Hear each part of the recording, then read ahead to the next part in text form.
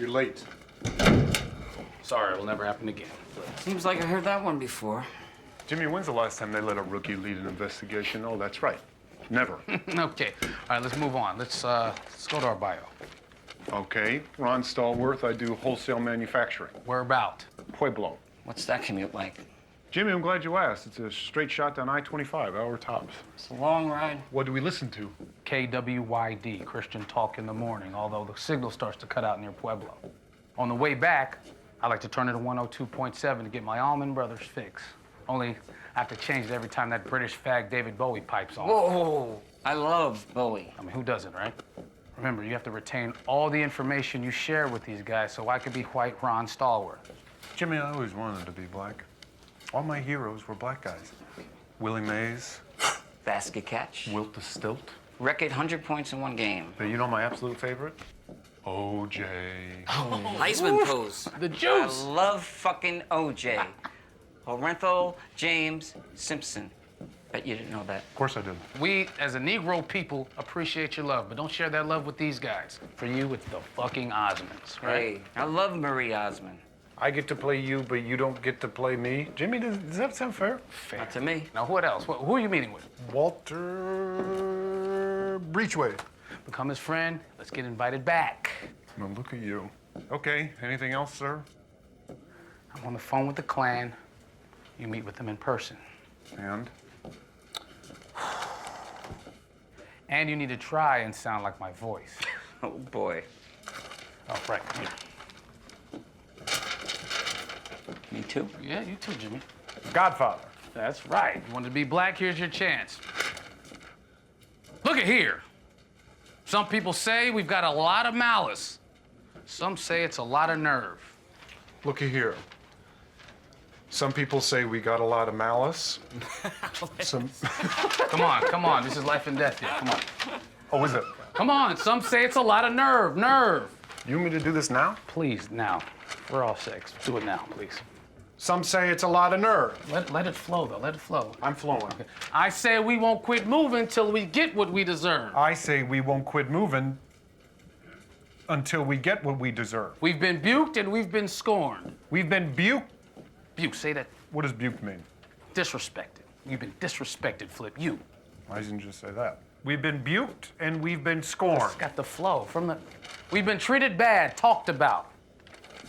We've been buked, we've been scorned. All right, get that we've shit been out. treated bad, talked about. Just as sure as you're born, but just as sure as it take. Just as sure as you're born, but just as sure as it take. 2 eyes to make a pair. Huh. 2 eyes to make a pair. Ha. Ha! Ha. Ha! Ha! Ha! Brother, we can't quit till we get our share. Brother, we can't quit till we get our share. Doesn't make grammatical sense, but okay. Say it loud. I'm black and I'm proud. Say it for OJ, Jimmy. You too. Say it loud. I'm black and I'm proud. Say it loud. I'm black and I'm proud. That's right. There it is. I believed you. Lose that Jewish necklace around your neck.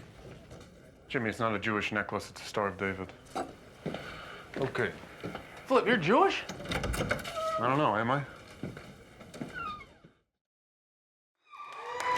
He said, Jordan's going to still produce, but he's not going to direct. I said, well, who's directing? And then he said, Spike Lee, and I broke out into the biggest grin. I love Spike's movies. I mean, who can be upset by Spike Lee directing a story about your life? Have you ever had any negative... What would you do if another cop called you a nigger? Or worse?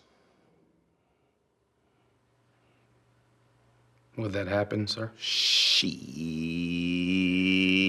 In my case, I was the first black detective in the history of the Colorado Springs Police Department. Basically what happened, and this is all true, is he decided to make a cold call to the Klan, who was recruiting. This is in the 70s.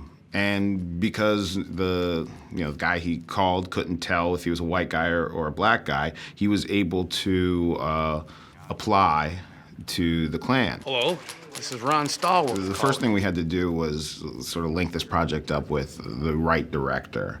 And the top of my list was Spike Lee. What else? I felt that this movie had so much in common with Spike's work, tonally.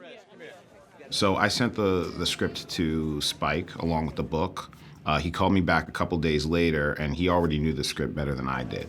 The guy is a master, and since that moment, I've just been kind of in awe with his process and how he works. John David. Spike Lee has a very unique way of recruiting and pitching stuff.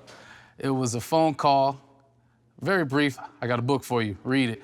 I got it a week later, what do you think?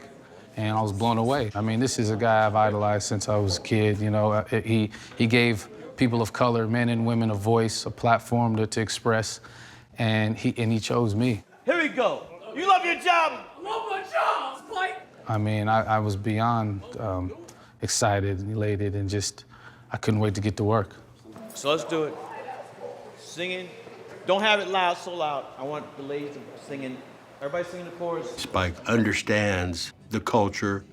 He understands we as a people, and he has that unique characteristic of being able to bring all that passion to life. Like, I had no idea what I was even auditioning for, but it was Spike Lee, so when he calls you, you show up. The Black Student Union of Colorado College is honored to bring the vanguard of... I think Spike is a brilliant filmmaker because he sort of puts a mirror up to society. He doesn't tell you what to think. He doesn't shove it down your throat. He just kind of shows what's happening and hopefully leaves the discussion of what that means to other people. Our lips are thick. Yes, they are. Our nose is broad. Our hair is nappy. We are black and we are beautiful. You know, when I first heard about this, like, of course it was Spike, but then also realizing that Jordan was attached, that was why I was like, I don't care what it is, I'll do anything without reading the scripts. I was like, yes. Like, between the two of them, I think, you know, Spike is this legend of filmmaking that we all grew up seeing, and Jordan, I think, is like kind of the newer guard of that. So the pairing of the two of them, I think, is just amazing. Spike was it was such a collaborative environment. You know, I'm not used to that. He really trusted me, you know, and I trusted the process.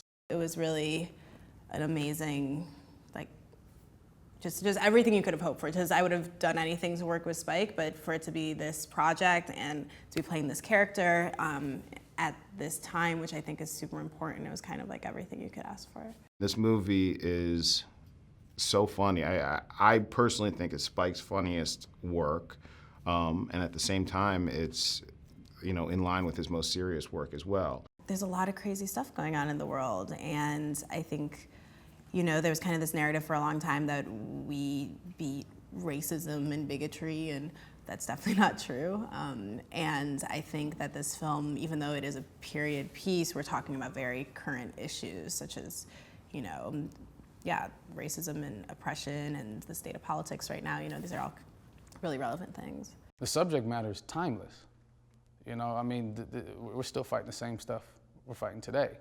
I guess that's why it was such a relief and a surprise and a joy to know that men and women of all colors in that department were working with him to accomplish that goal.